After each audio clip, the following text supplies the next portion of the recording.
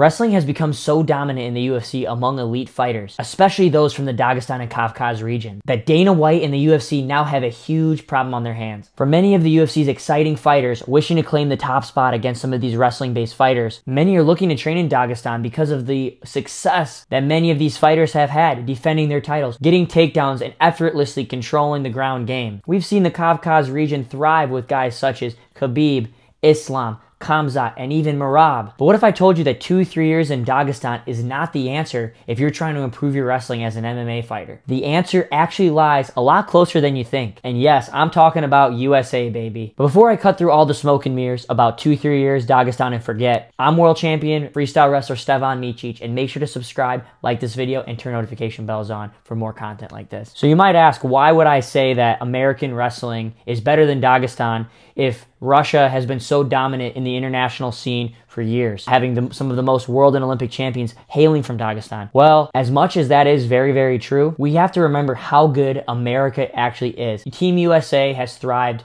as well, being neck and neck with Russia in Olympic-style wrestling for years. I mean, some of the best wrestlers of all time have came from America, such as John Smith, Jordan Burroughs, David Taylor, Kyle Dake, just to name a few. And these guys have gone years beating the Russians, the guys from Dagestan. So I feel like I have to mention that before I even get into the comparison. Obviously, Dagestan is the capital of wrestling and the capital of freestyle wrestling, maybe the most important part there, because USA is the capital of folk style wrestling, a style of wrestling that is only done in America. Now, folk style and freestyle, just to give you a quick comparison, are very, very similar on neutral wrestling, right? It's all about getting takedowns on your opponent. But the goal of folk style is different. It's actually about, once you take down your opponent, you're actually trying to control and keep them on the mat to turn and pin them. While freestyle focuses more on the takedown and back exposure. If there is no turn on top, the referees will let you back on your feet and you start from neutral again in wrestling from your feet. So folk style wrestling is all about the bottom guy trying to escape and the top guy holding on top. Every American wrestler since the ages of 7, 8, whenever they begin the sport, has to get good at riding and getting off bottom. That control element of folk style is elite compared to anywhere else in the entire world. You guys don't even know the amount of wrestling that I've gone through, training in college, wrestling D1 at the University of Michigan, the amount of hours I've logged in elementary school, middle school, high school, and then college on top of it with such hard workouts that I don't think people understand. College wrestling is the best for MMA when it comes to control. Nothing else simulates when it comes to actually trying to hold someone on top, and I think definitely trumps anything else around the world, even in Dagestan. Now, if you look at some of the top Dagestani fighters such as Islam Makhachev and Khabib Nurmagomedov, look where they've spent time training: in California, in USA, San Jose, at DC, Daniel Cormier's gym, where they spend a lot of time working on folk style. And I've even seen something called the Dagestani handcuff, and this is pretty much just a glorified 2-on-1 position. And actually, there's an interview I'm gonna show you guys that DC actually makes fun of Khabib because for him calling it a Dagestani handcuff when it's literally just a 2-on-1 that every elementary school kid learns to do in pretty much their first 2 years of wrestling. Hey, what about when this guy first time do English interview? I'll tell you this. You're so much. This is not. Hey, stop. I don't understand why people call this a Dagestan handcuff. Because only I. No, we do this, bro. We do this. No, you're such a liar. We've done this the whole time. Anthony Johnson, everybody. I catch the wrist. It's just a wrist ride in wrestling. And guess what? You guys know. When my kids went to Dagestan, oh, now you're we smashed.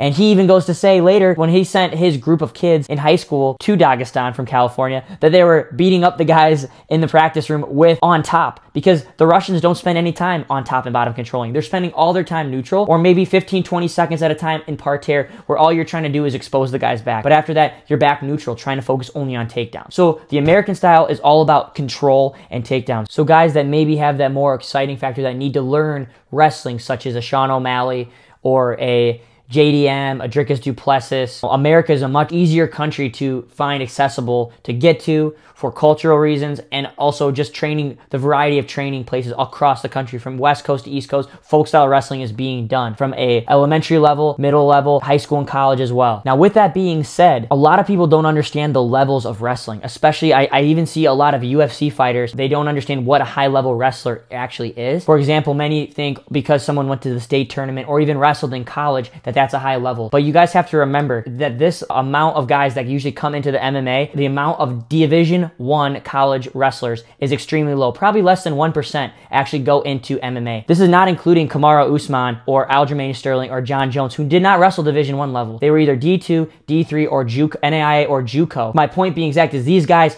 still were not the level of a Division I college wrestler. There is such a level of wrestling, and that's not even jumping into the freestyle Olympic world level. We're just talking about college wrestling, which is the best translator for MMA, and there's still levels to it. And my last point, guys, even though Dagestan is the capital of wrestling and has maybe had some of the most Olympic and world champions produced out of these small villages, America is still one of the best wrestling countries in the world. Top 2, maybe not 2 on some years, because they've won the world championship team title, even with Russia being there in 2017. Guys like such as John Smith, David Taylor, Kyle Dake, Jaden Cox, Jordan Burroughs literally beat Russian after Russian literally 7 years in a row to make the spot. Dagestani after Ossetian after Chechenian after Dagestani to be a world champion and Olympic gold medalist. We have some of the best wrestlers. Now, Dagestan, I would say, is a little bit deeper when it comes to the top 3 or 4 guys can all contend to win a world medal in freestyle, but in America, in Team USA still has those top level guys that are contending. And then you have guys like such as me, Miles Amin, Sebastian Rivera, who are still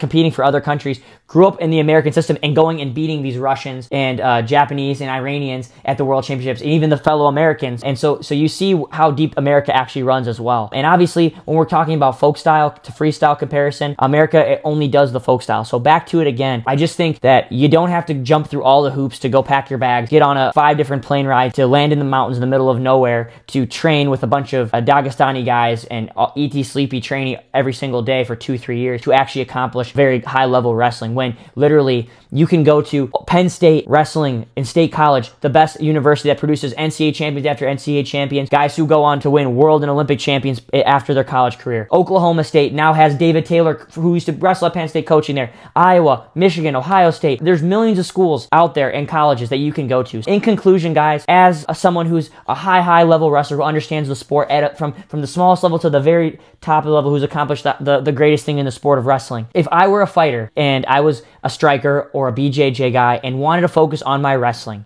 and has never really wrestled, spend time in the US, find a high-level high school wrestling academy where you're able to kind of test yourself, learn technique at a very easier pace. And then maybe if you want to, find a college nearby that you're able to go to wrestling practice a couple times a week, because not only colleges have a bunch of guys that are competing, a full roster of guys that are willing to wrestle with you as well. So if you have a name, that's definitely the route I would go to doing it. And even in their off seasons, they still have their freestyle RTC practices, but maybe setting something up with the colleges. But I think avoiding having to go to the top of the top place like Dagestan that's producing, high level guys. And that'd be the same if you were here in the US. You don't need to go to the highest level wrestlers to learn. You have to start with the basics, start with the fundamentals, just like you would if you enter in your other sports. Guys, that's my advice to you. And I think people are sleeping a little bit on the US wrestling. I think we see the dominance from the wrestling in Dagestan. I think they learned a lot and have taken a lot from the American folk style system and are kind of implementing it in their MMA, which they already have their stand-up wrestling from Dagestan, but are kind of implementing and hybriding the folk style elements. So guys, remember, don't take US wrestling for granted. So that's my advice to you guys. If you guys like this content, make sure to like this video, subscribe to me if you haven't already, turn notification bells